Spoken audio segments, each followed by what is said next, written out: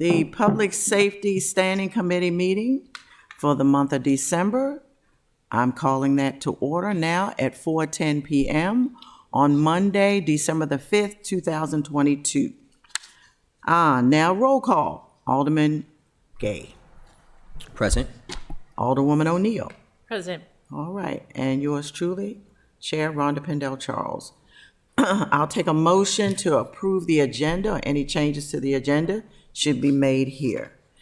I would like to make one addition to the agenda. I have an update that I normally do every year or so when it comes to the city fire department and all the wonderful things that they are doing.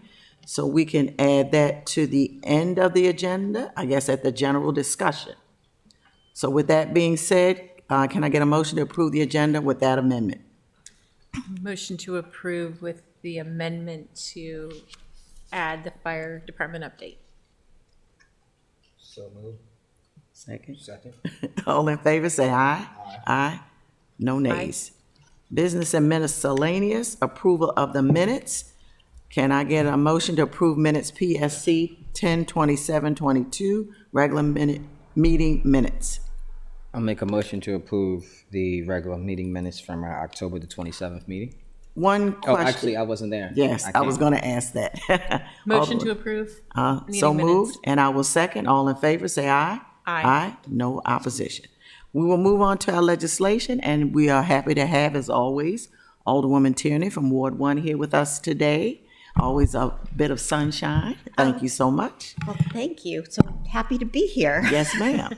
Ordinances O3822, vehicles and traffic, stopping, standing, and parking. Parking spaces reserved for the purpose of reserving temporary assigned handicap parking spaces in residential areas for City of Annapolis residents and generally dealing with handicap parking. And we also have with us today Ms. Carrie Berger, our Assistant City Attorney, as well as Ms. Cynthia Reuter from our Office of Law as well. Has everyone had an opportunity to review that piece of legislation? We have the first reader, staff report, and the fiscal impact note. And I do believe we have one amendment. Alderwoman Tierney, did you want to respond to the amendment? Yes, and first, thank you for allowing me the time. And second, Hillary cannot be here. And again, just for a little bit of background, the genesis of this legislation were people who had, I don't know, for whatever, surgery, et cetera, asking just for, on a temporary basis, that they could park in front of their home. And this is something, any sort of handicap stuff is handled through the state. The state does have this provision to get a temporary pass. So this bill is essentially enabling legislation, for lack of a better word, for us to do the same. There are a lot of requirements and that they have to meet. The amendment was, the genesis of the amendment was to make sure that we weren't liable for any determination of the handicap. I do want to say one thing is, I've had mixed feelings about this legislation because of all of the flux and parking downtown, and the last thing I wanted to do was, lose any more parking spaces. But I thought about this legislation, and what it does do is, you have people that go, you have people that might have surgery or something, and on the city level, they really have no choice but to get a handicap pass, but it's a permanent one. And then it's hard for them to release that space. So, this is nice to have this option. Do you know what I'm saying? Anyways, I just wanted to add that opinion because, again, with all the, especially District 1 and District 2 with the shortage of parking. But then looking at it on the flip side, there's need now more than ever. I mean, I have one resident that's just, waiting for this legislation to pass. He's very anxious. But then we told him that we do have on the books legislation in our code if like a nurse or somebody like hospice. We've always had this, but this is for the person themselves to be able to reach their doorway. Carrie's going to explain the amendment because of the legality, so I'll stop talking and. Okay, thank you. Yes, Ms. Berger. Oh, yeah. I guess we can. I'm, That's okay. I'll hear a motion to, regarding the amendment, number 1 for 03822. Second. Oh, Sorry. oh, motion first. All right, all in favor, aye? Aye, none opposed. Yes, Ms. Berger. Yes. Oh, Ms. Reuter. Yes, I just want to explain, this is a process thing. So I gave you two documents. The first document is an amendment offered by Alderman Tierney. The second one is a revision of much of the rest of the bill. And it's a result of Carrie, Hillary, and I getting together, discussing how it could be better worded, since this is one of my early efforts.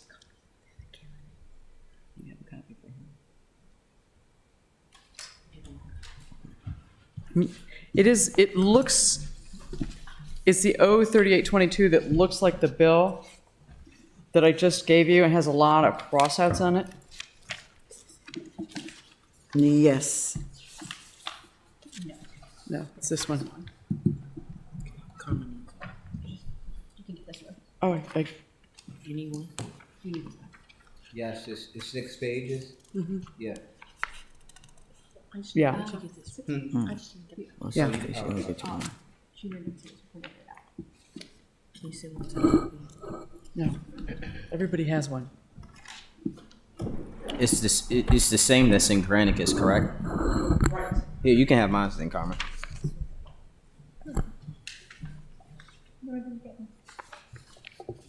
That's wrong. That's one. Here you go. Yeah, you can have Dewan mine. has it up. I'll use the online.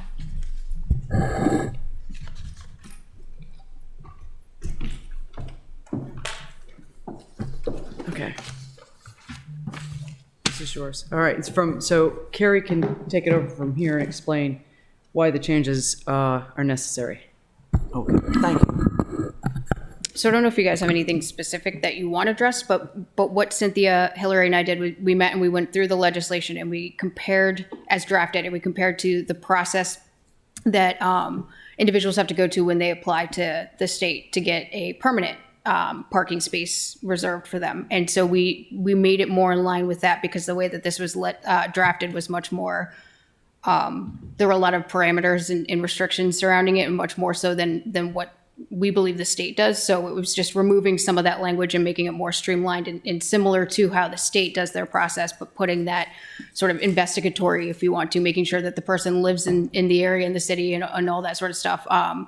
It'll be more of an internal, I don't know which department, whether it's going to be our parking company or one of the departments that does that, to verify that they are actually eligible for that reserved parking space. And then just kind of, it eliminates a lot of what the initial language was. So it more streamlined and in line with the state's process. Okay, thank you so much. I know we had postponed this legislation for some further investigation, but thank you all so much. Alderman Gay.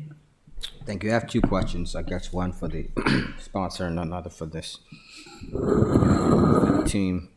I don't see any revenue for the fiscal note. Shouldn't we be charging for this? It's almost special exception. Actually, it's the state, I think the state gets the fee. I'm going to qualify this with, I'm not 100% certain, but it also depends on what fee you're talking about. I believe that when the process where someone gets a permanent reserved parking space, a letter is sent to our Department of Public Works, and then I think it's like a $5 sign or something like that. I'm not sure if the resident pays for it, but they also have to pay an application fee. So, in addition to the placard fee. So I don't think that this has an application fee, but don't quote me on that because it's been a minute since I've looked at it, that someone has to all the submit. fees. So if when they go to Department of Public Works, Did you say Public Works or Planning and Zoning? I said it was, whether it's, well, the current process for the permanent parking spots, the state will notify Department of Public Works. And they're the ones that go out and mark the parking spot, put the signage up and everything like that. This legislation, I believe it gives it to the city manager or his or her designee. So whether that's going to be Public Works or the parking company or whoever, it yet remains to be seen. So they would fill out an application with whoever his designee is. Would that fee, is that fee already established in the fee schedule, or would that have to be something that's created separate from this legislation? So it would have to be part of the fee schedule, so it would be a separate resolution, how you guys normally do it, but there is a provision that says that the fee has to be determined. In this instance, it says determined by the director to cover the program's cost. I don't know if that part has been ironed out or that those determinations are made to associate costs that are with the sort of investigatory phase and also putting up the signage and things of that nature. Okay, that's awesome. And I'm in no way advocating for excessive fines or fees for handicapped people. I think that is just it's overboard. But I do think that, like you said, for the administration of the program, there should be some fee. Also for maybe some program to assist the neighbors, because, you know, if you are my neighbor and I live on, for example, Conduit Street, and you take up a handicapped space, rightfully so, you've been injured, obviously you need a handicapped space, but now I'm, you know, prohibited from parking closer to my home. Obviously, you know, people should have a kind heart and be understanding of that, but that's never the case. And so there should be some sort of, there should be some sort of compromise made for the neighbors as well in this legislation. I can't think of my second question, so if you could just mind coming back, I'm trying to find it in the legislation. Just a quick question, Alderwoman Tierney. I think based on the information I received, and maybe Ms. Berg or Ms. Reuter can help out, it didn't sound like it would be those many residents, especially in your residential districts 1 and 2. Right, there, this, no, it isn't, I don't have an approximate number, but it's, you know, I want to say, I don't want to throw out a number, but if, you know, a few people each year or something, but I do want Yeah, to say, I please, don't see it in the fee schedule, the permanent, Title 12 fees, there's not, so I think, I want to say all the fee goes to this, it's the application fee goes to the state. Well, that whole process is done through the state. Correct. Keep in mind, so So we have no control over wouldn't that. necessarily have a fee associated with that. I can't remember when that letter that comes to Public Works, if it's like, there is a price that's in there, but I just can't remember what that price is. It's nothing too crazy. Do you remember off the top of your head? No, but just let me clarify. There's two, you're talking about. There's a fee that the person pays to the state to get the placard. Correct. Once they get the placard, they come to the city and say, here's my placard. Can I please have a space near my house? Then the city collects a fee. That's in section C, subsection F. And it's a fee to be due, it's a fee paid to the city to be determined by the director to cover the cost of the program. So that fee would be the cost of somebody going out there deciding where to put the parking spot and putting up the signs. So this would be different than getting a permanent what I was looking for to see if there was if there was a fee to get a The permanent one, Yeah. that I do not know. Yeah, no, that doesn't exist, so Pay a fee determined by the director. I didn't assume that there'd be an added fee. C, F. But, yeah, you're right, though. I mean, if they, yeah. Alderwoman O'Neill? Thank you very much, Chair. So two things about that. We're kind of looking for this as a fee enhancement, where it's really something temporary.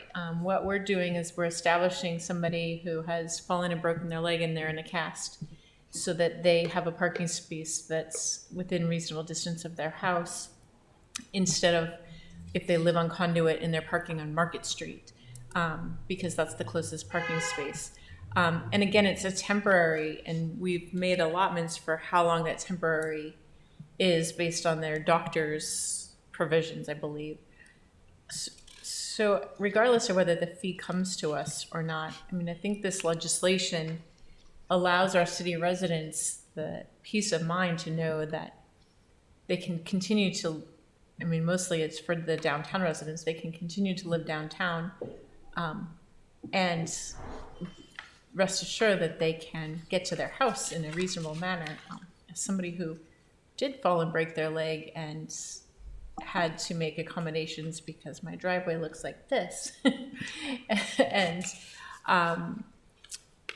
it's important that they have someplace close in proximity, and then they're not stressing about how far they're going to have to possibly travel in their temporary state of disability.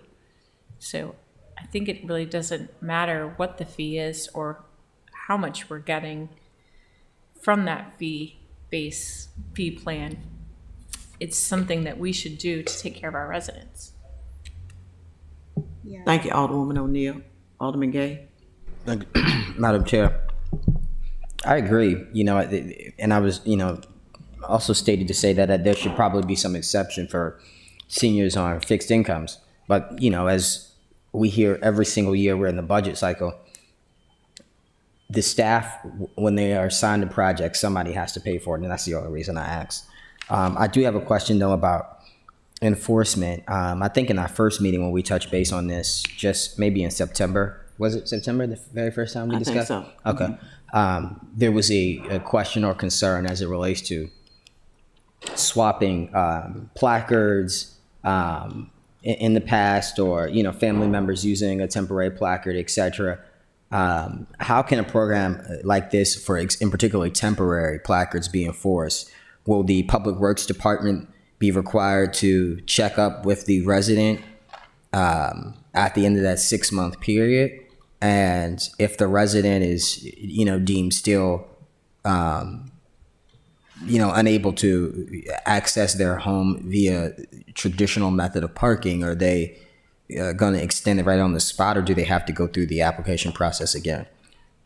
I think, Alderman Gay, we now getting into HIPAA problems. Well, I can provide an answer that probably is going to answer your question without implicating HIPAA in any way, because we're not going to be involved in the medical certification at all. We're going to be relying on the placard that's issued by the MVA, that they have done their sort of medical investigation, which is getting all the pertinent doctor's notes, speaking to the doctor if necessary, and that limitation is placed on the temporary disability. Now, keep in mind, temporary disability is defined as up to 6 months.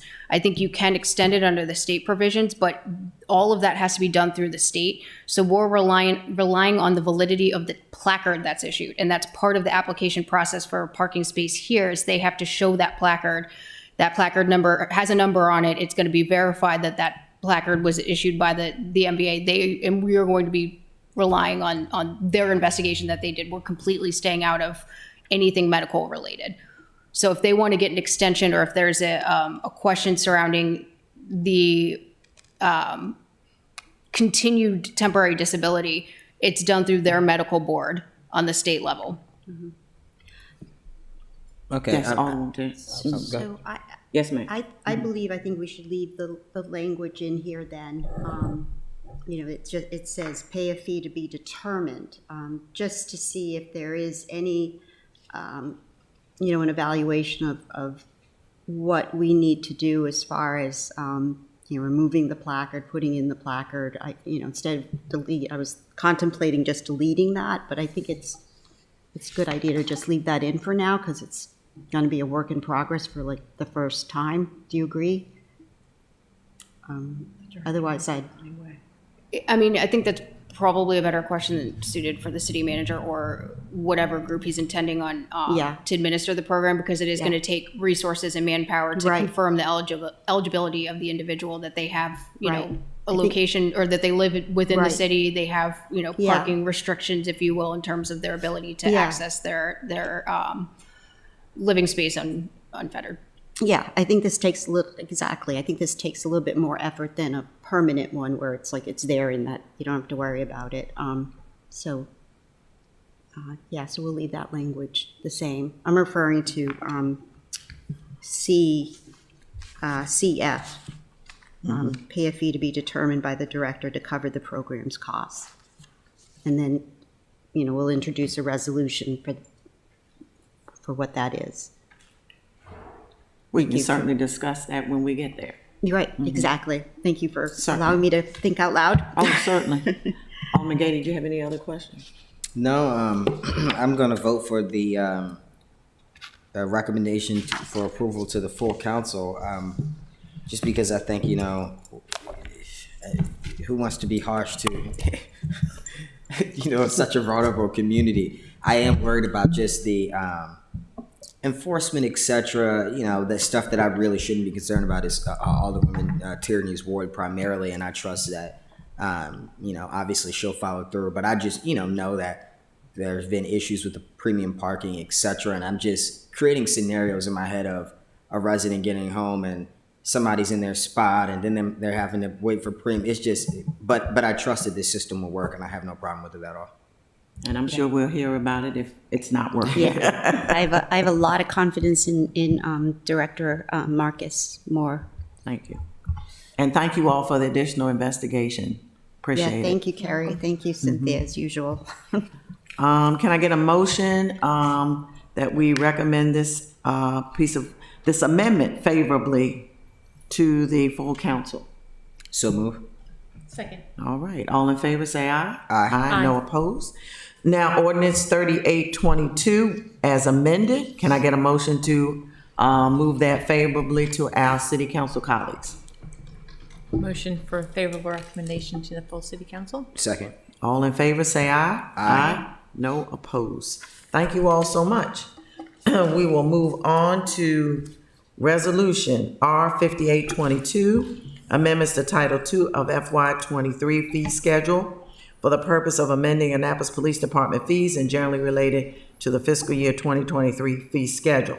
I know Alderman Gay had some questions and concerns about this legislation, and I spoke with him at our last council meeting, and he indicated that he definitely understood what was provided by the police department via Ms. Berger, and that he was comfortable with this legislation. Am I correct, Alderman Gay? Yeah, I mean, if it's a state mandate, I have no choice but to be comfortable with it. I do have a question, though, because it was in the email, it said that there were just a few changes. I'm looking here at the fiscal impact note as well, just so that we're all on the same page. In the second box under the R5822 modifies the FY23 fee schedule as shown below, are all of these type of fees and amount of fees being impacted, or is it just the first one that is the Annapolis Police Department, FBI, and state live scan? So I don't have the fiscal note in front of me, but I do have the resolution itself. The only changes were a few of the fees that are associated with that fingerprinting service. So it's going to have that live scan language that's in the fee schedule, and it's going to have, I think, there was an addition, the Annapolis Police Department Maryland Mentor for Child Care Volunteers.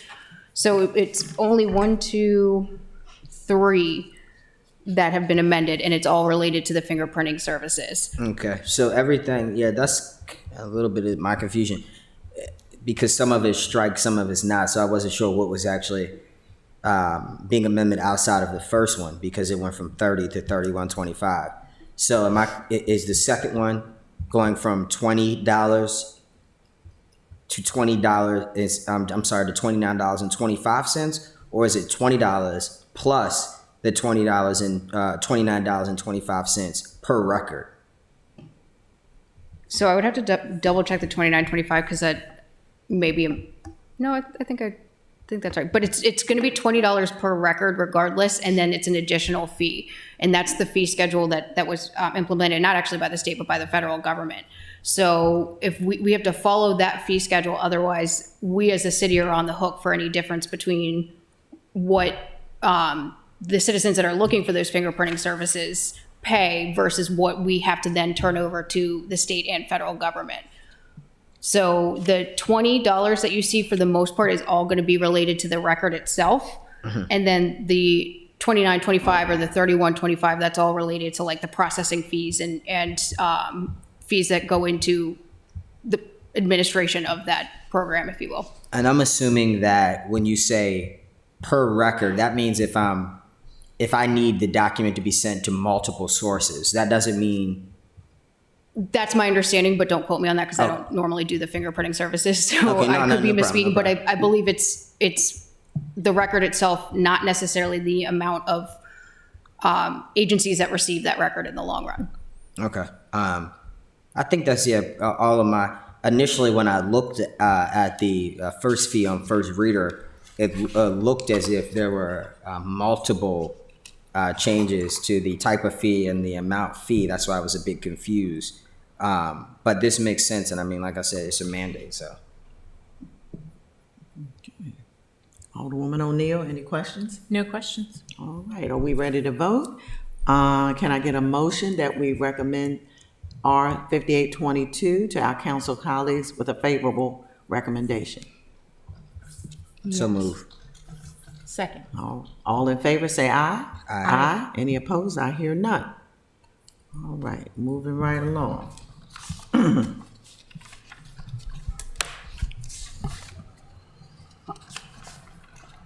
Okay, general discussion. And it looks like I'm the only person, yes, sir. Do you have, I do have a comment for general discussion. Oh, certainly, go right ahead. Yeah, just to quickly, I'm wondering if it would be possible at our first meeting in January to try, just maybe get a general overview of what has taken place over the last year within the police department from a perspective of, community services, crime statistics, et cetera, just so that we can be caught up and briefed. I know a number of my constituents have expressed concern over the last few months in regards to a number of things that I really have tried to be, I've tried to ride the fence with, because obviously the criminal justice system is the criminal justice system and investigations must take place. But there have been, concerns as it relates to how certain things have been conducted within the community. In addition, there have been concerns as it relates to what is the perception of an increase in crime in the city of Annapolis.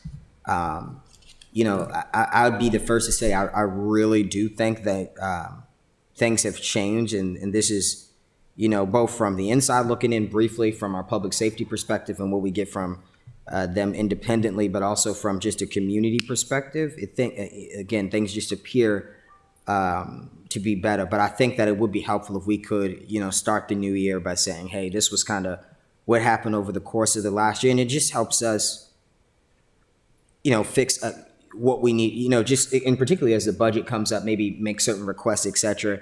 I still think we need some sort of internal database that, maybe the council could access it, and the law office and the police department, just so that when a crime happens, we know. I think right now we're just relying on word of mouth through staffing, and that sometimes can create conflict. And, that's one thing that I've always thought we could perfect. But other than that, I think things look well, but I just would like to have a little more detail if possible. Well, thank you, Alderman Gay. You must be, as my mother would say, reading my little mind. We have been meeting regularly, specifically regarding Annapolis United. And we are in the process of preparing a rather extensive and robust PowerPoint presentation. Mr. Jock is working with us, and that is going to be at our January meeting. Probably I'm going to have to reschedule until the end of January concerning data and everything that you've mentioned. So we have been working on that for the past, I guess, probably since August. But we want to make sure that it is thorough. We will be presenting that to not only the Public Safety Committee, but also to the City Council and Mayor at large at one of our meetings. I'm sure it's going to be in January. So you're going to get at least a 6-month overview of Annapolis United, but also the data and the information you've indicated over the past year. If I could make a request or maybe even recommendation that the initial meeting prior to it with the full public be held in a closed session with the Public Safety Committee. I just think it would give us a better opportunity to see the data, ask questions that, because you never want to come off as combative to public safety, and particularly Well, in if the you public. think, if you think combative is helpful, then we'll certainly No, be no, no, no. combative. I don't want it to be combative. I'm just saying, sometimes you ask questions about statistics, things can. I think I- we'll I be just- fine. you I think- think we'll be very fine. Okay, that's fine. I just wanted to put the recommendation. Absolutely, but I think we'll be fine. We've been working on this, like I said, for several months. So I don't think there's going to be a problem. But if I perceive one, then certainly I will take your recommendation up. And I don't anticipate that there will be one. I'm just saying, But anyway, so no, I think we've had, like I said, several meetings. We meet on a regular basis, and I think the police department is well aware of what the council is looking for. And if you have any suggestions, certainly put them in writing that you would like to see in the PowerPoint. I think that would be really helpful to make sure that we cover everything that you would like to see. I would make that recommendation. So please, in writing, if you can, within the next, today is the 5th, I say by the 12th. Like I said, Mr. Jacques is working on that for us diligently. If you can give us something by the 12th, that would be extremely helpful. And that way we can certainly include it. I have not necessarily, I'm not necessarily a bean counter, but based on kind of what I've heard and seen and read, I think this year has been much better so far. I can only speak for December 5th at 4:43 p.m. I can't speak beyond that. But based on what I've seen, I think we've done extremely well this year. I think Annapolis United, no, I know Annapolis United has been a strategic part of that. And I'm again thank our city council for voting for that funding, that budget amendment to do what we needed to do this calendar year, well, this fiscal year, starting July the 1st. We had a lot of events and initiatives, especially for the youth and families, that we had to kind of compress for this year this summer, because of course the money didn't come in until July 1st. So a lot had to be done within 2 or 3 months.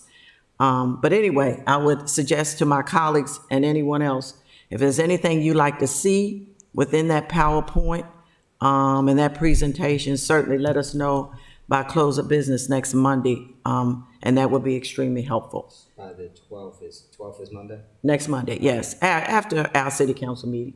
That'd be fine. Anyway, so thank you for that.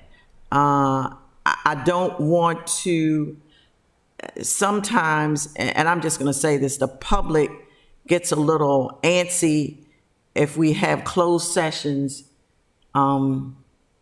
that they believe aren't necessary. And I don't want to give that perception, for lack of a better phrase, that we're hiding something.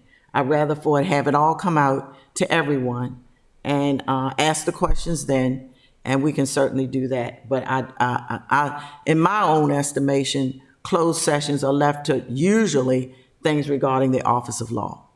And so that's just kind of my take on it based on sitting in the seat as a council person. So I'd rather for us to just kind of throw it all out there and let the questions or concerns come as they may.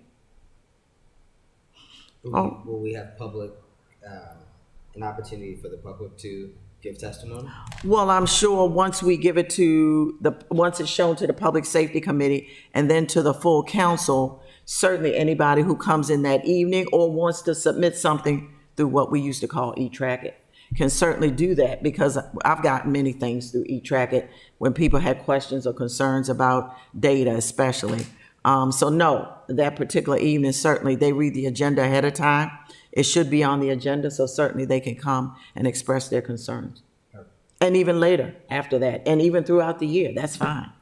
because it helps everyone, helps the entire city when we hear from everyone and everyone's concerned, because public safety is a huge part of our city and a quality of life that we all want and expect for every resident, visitor, and business in our city.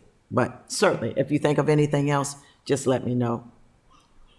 Okay, moving on to additional general discussion. Anything from you regarding general discussion? Alderwoman One O'Neill. thing I will say, and I think I said it before, I had the opportunity to go to the police department and spend a day with the various departments. And one of the things that came up over and over again was that not many council people do that. And they are always open to that. So And I'm guilty. it was I've done one. a very And I need to do educational it. day, and I learned a lot, and I made a lot of great contacts, and I feel confident in being able to reach out to some of the directors of the different departments, because now they know who I am and have a better opportunity to, possibly help in some situations. We had a situation last week where we pulled in somebody from the community services department to help with a community problem. So that was a great opportunity. Great, wonderful to Go hear. visit them. Yes. And of course, our new police department organizational chart is huge.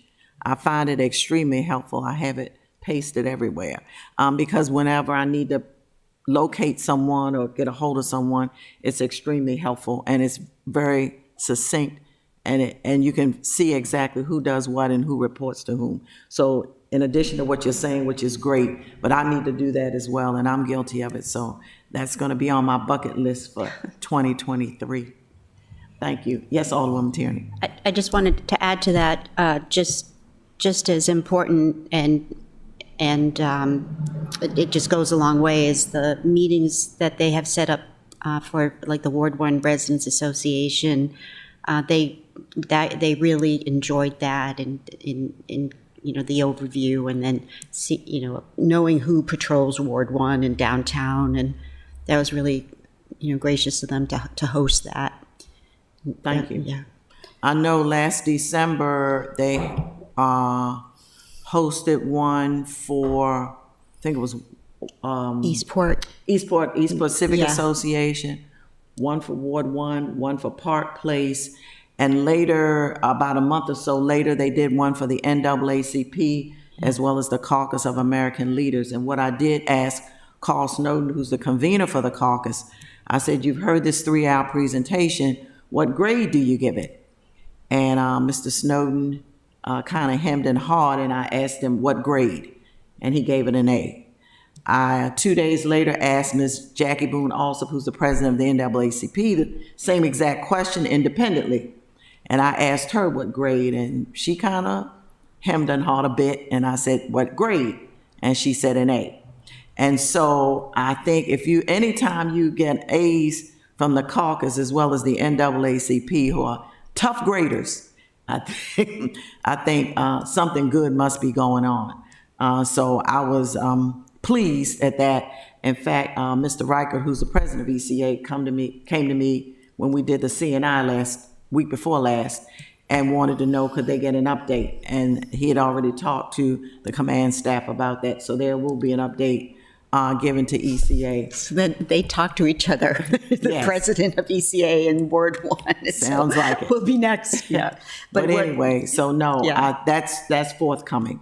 So I think we've done an excellent job at responding. I know Deputy Chief Branford's favorite word is transparency. And I've heard him use that word at least 100 times. And I think that's extremely helpful. And thinking about it more now, I think that's another reason why there should not be a closed session. I think we've been transparent and open on when it comes to the police department, because that's extremely important. We don't want anybody to think that things are being kept from them. And I want them to feel comfortable asking questions publicly. So anyway, but thank you all so much. I take everyone's suggestions to heart, and I truly believe that we all are here, all for the right reasons, and I know that, and we ask all the questions that need to be asked, because If one can't think of the question, the other person will. And that's the blessing of this. We're all different, and that's a great thing. So anyway, moving on concerning the fire department. But before I get started, it looks like I was the only one that got the memo about the ugly sweater contest today. So I guess I win the contest today. So I don't know what I'm going to win, but we'll see. But anyway, as some of you may know, our Annapolis City Fire Department has been rated nationwide as an ISO Class 1 fire department. Such designations are indeed extremely rare throughout the entire United States. In fact, less than 2% of all our nation's fire departments are Class 1. This designation requires that our fire department regularly pass and adhere to a very rigorous set of standards, from inspecting all 1,600 plus fire hydrants in the city, to response times, to the purchase and upkeep of all necessary and authorized and safe equipment, to community and educational outreach, and many other standards. In fact, our city's residents' insurance rates are lower because we have a Class 1 fire department. Likewise and similarly, our Annapolis Police Department has been rated nationwide as a CALEA accredited police department, a testimony to the leadership of our mayor, Gavin Buckley, and Police Chief Edward Jackson and Deputy Chief Stanley Branford. And so these designations are true testimonies to our city's leadership when it comes to public safety.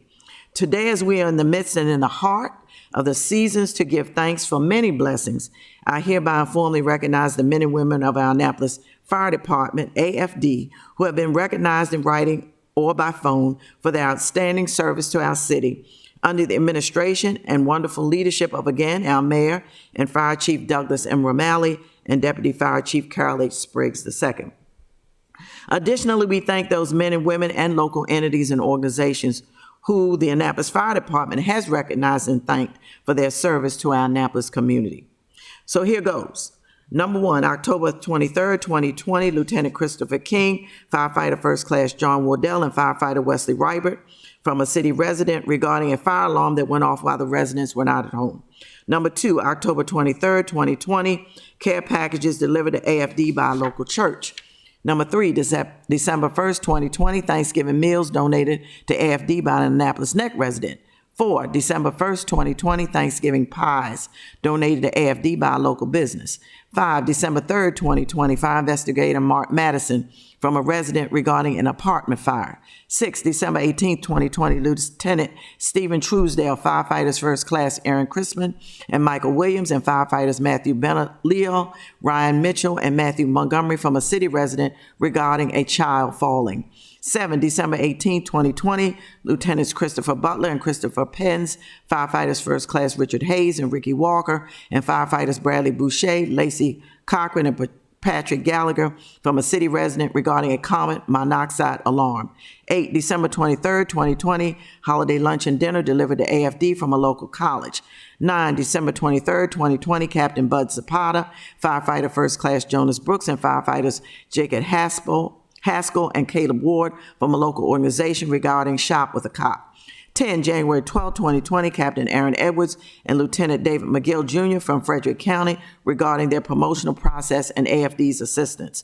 11, January 12, 2020, Deputy Chief Carl H. Spriggs Jr. from Columbus, Ohio regarding their promotional exam process and AFD's assistance. 12, February 5th, 2020 and April 8th, 2021, warm cookies delivered to AFD by a local hotel. 13, May 11, 2020, Lieutenant Christopher Penns, firefighter First Class Jack Betworth, and firefighters Jacob Haskell, Tabine Docker, and Vincent Lee from a local organization regarding a child falling. June 4, 2020, firefighter First Class Ricky Walker from Frederick County regarding their promotional process and AFD's assistance. 15, June 16, 2021, from AFD to a local entity regarding the use of their property to perform hose testing by AFD. 16, June 18, 2021, firefighters First Class Jacob Buckley and Andrew Collins from Howard County regarding the technician assessment process and AFD's assistance. 17, June 15, 2020, Lieutenant Gail Ann Learman and firefighters Ryan Mitchell and Sharonda L. Spriggs from a resident regarding an elderly person's fall. 18, June 25, 2021, Captain Aaron Edwards and Lieutenant Kenneth J. White from a resident regarding making the day special for a 3-year-old at the Juneteenth celebration. 19, July 23rd, 2021, Lieutenant Galen Lehman and firefighters Enrique L. Burke and Anthony L. Monaco from a city resident regarding saving their life due to a severe allergic reaction. 20, August 6, 2021, firefighter First Class Jonas Brooks from a county resident regarding assistance with a flat tire. 21, August 6, 2021, Lieutenant Galen Lehman from a city resident regarding post-operative care for their house guest. 22, August 15, 2021, Lieutenant Brian Jones and firefighter Talib Smith from a city resident regarding their family taking a tour of the Eastport Fire Station. 23, August 15, 2021, Lieutenant Glenn Makovsky, firefighter First Class TJ Frankhauser Jr., and firefighters Enrique Burke, Anthony Monaco, and Bridget Weiss from a resident regarding an elderly Annapolis resident who was choking at home. 24, August 15, 2021, Lieutenant Kenneth White from Fairfax, Virginia, regarding the lieutenant's promotional process and AFD's assistance. 25, August 27, 2021, Battalion Chief John D. Mutek, Captain Bud Zapata, Lieutenant Jack Beckwith, and firefighters Tyler Knapp and Ryan Mitchell from a resident regarding the assistance they provided during National Night Out. 26, August 27, 2021, Battalion Chief John D. Muchek and firefighter Bridget E. Weiss from a city department regarding a summer youth program. 27, August 27, 2021, Lieutenant Alfred Parkinson IV, firefighter First Class Thomas Terry, and firefighters Mary Holland, Wesley Rebert, and Brian Tumalek from a public housing leader regarding assistance provided during the Harbor House Eastport Terrace Unity Day. 28, August 27, 2021, from AFD to a resident who performed a quick paramedic-type response to a fellow fisherman. 29, September 3rd, 2021, firefighters Stefan Livingston and Alex Pelea from a county resident who had injured his hip.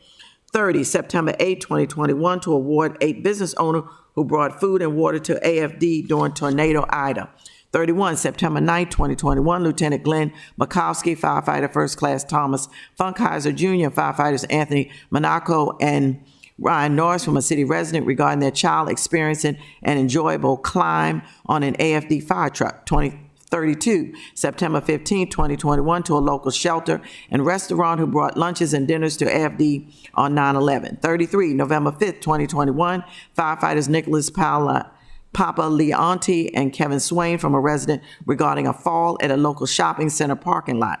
34, November 5th, 2021, Lieutenant Christopher Butler, firefighter First Class Ricky Walter, and firefighter Darrell Caldwell, Patrick Gallagher, and Craig Oldershaw from a city resident regarding care provided to a spouse who suffered a medical emergency. 35, November 5th, 2021, Lieutenants Robert Proctor and Randy Perkey, firefighters First Class Rebecca Higgins, Brock Hunt, and Craig McCracken, and firefighters Joshua Lombard and Talib Smith from an elected official regarding the care provided during a fall. November 9th, 2021, firefighter Mark A. Madison from the County Fire Department regarding mutual aid response provided to 2 jurisdictions. 37, November 12th, 2021, Lieutenant Glenn Makowski, firefighter First Class Craig McCracken, and firefighter Jeffrey O'Brien from a city staff member regarding an issue with their home smoke detector. 38, November 19th, 2021, firefighters Ryan Mitchell and Ashley Rolson from a resident regarding the assistance that was provided during a 911 call. 39, December 22nd, 2021, firefighters Jeremy Doolin and Eric Getz from a resident regarding the care provided to a heart attack victim.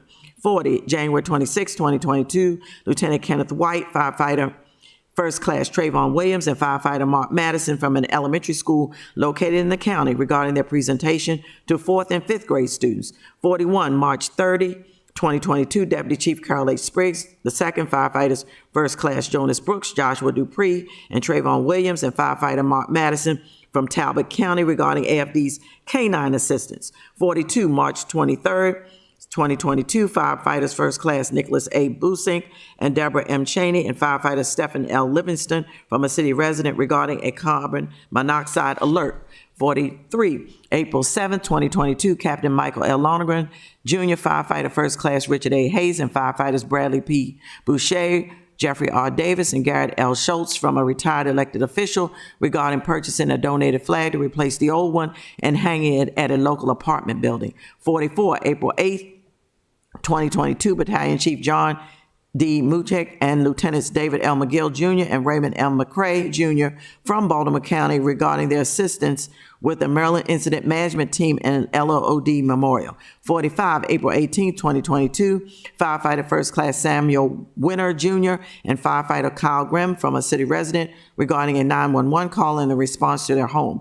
46, April 18, 2022, Captain Kelly Ruth, Lieutenant Christopher Pence, firefighter First Class Thomas Terry, and firefighters Joshua Sabalas, Joshua Fehele, and Wesley Rybert from a city resident regarding a smoke detector going off. 47, April 27, 2022, Captain Kelly Ruth, firefighter First Class Andrew Collins, and firefighters Gabriel Ripley, Sharonda Spriggs, and Bridget Weiss from a county resident regarding AFD's response to child experiencing a diabetic medical emergency. 48, June 1st, 2022, Captain Stephen S. Miller from a city resident regarding a home gas leak. 49, June 23rd, 2022, Battalion Chiefs Wayne F. Freder Jr., John R. Ortlieb, and Nathan Powell, Captain Aaron Edwards, Lieutenants Jonathan Chrisman and Raymond M. McRae, and firefighters First Class Julia W. Abgar and Eileen M. Proctor from AFD leadership regarding EMS training required by the state. 50, July 1st, 2022, firefighter Ryan A. Mitchell from a local college regarding a ride-along for a student. 51, July 15, 2022, Captain William J. Schaefer and Lieutenant Kenneth White from Frederick County regarding their promotional process and AFD's assistance. 52, July 15, 2022, firefighter First Class Joshua Dupree and firefighter Mark Madison from Queen Anne's County regarding AFD's assistance during their Independence Day event. 53, July 22nd, 2022, firefighter First Class Scott Edelman and firefighter Dominic Nolan from a resident regarding a smoke detector going off. 54, August 3rd, 2022, lunch donated to AFD by a local hotel. 55, August 23rd, 2022, firefighters Ryan M. Morris and Nathan L. Westlake from a city resident regarding a nurse's call for an apartment building. 56, September 7, 2022, firefighter First Class Eileen Proctor and firefighter Ashley Ralston from a local college regarding training their personnel in CPR, AED, and Narcan. 57, September 13, 2022, Captain Bud Zapata from a city community regarding a fire safety presentation to the residents. 58, October 7, 2022, firefighter First Class Barbara Ann Youngs and firefighter Joel Confer from a city resident regarding the rescue of their dog. 59, October 19, 2022, Captain Bud Zapata and Lieutenants Kenneth White and Tony Williams from a city department regarding a summer youth program. 60, October 10, 2022, Captain William J. Schaefer and Lieutenant David L. McGill, Jr. from Howard County regarding their assistance process and AFD's assistance. 61, October 21st, 2022, PPE equipment donated to AFD by a city resident. 62, October 25th, 2022, pastries donated to AFD by a local organization. 63, October 28, 2022, firefighter Ryan Norris from a local college regarding his presentation of preceptor skills to students. And 64, October 28, 2022, Lieutenant Brian Jones, firefighter First Class Enrique Burke, and firefighters Kristen Brendel, Wesley Rybert, and Frank Riddle from a city resident regarding a house guest who suffered a physical injury. As you can readily see, these testimonials run the entire gamut, and I normally do this every year or so that the public is aware of what our firefighters and what our fire department is doing. So on behalf of our city personnel, we continue to encourage our residents and others to continue writing letters, sending emails, and making phone calls for all of our public safety teams, which are memorialized in their city staff's personnel files and which truly highlights Annapolis's finest, our first responders. Thank you again so very much for indulging me at this time. Any questions or comments? Hearing none, I think we have reached the point of our meeting where it's time for an adjournment. Can I hear a motion to adjourn? Motion to adjourn. So move. And all in favor, say aye. Aye. I hear none. It is 4:48 p.m. Oh, I'm looking up here at our clock. 5:06, thank you so much, 5:05 p.m. We're all excused, and a happy holidays to everyone. Yay.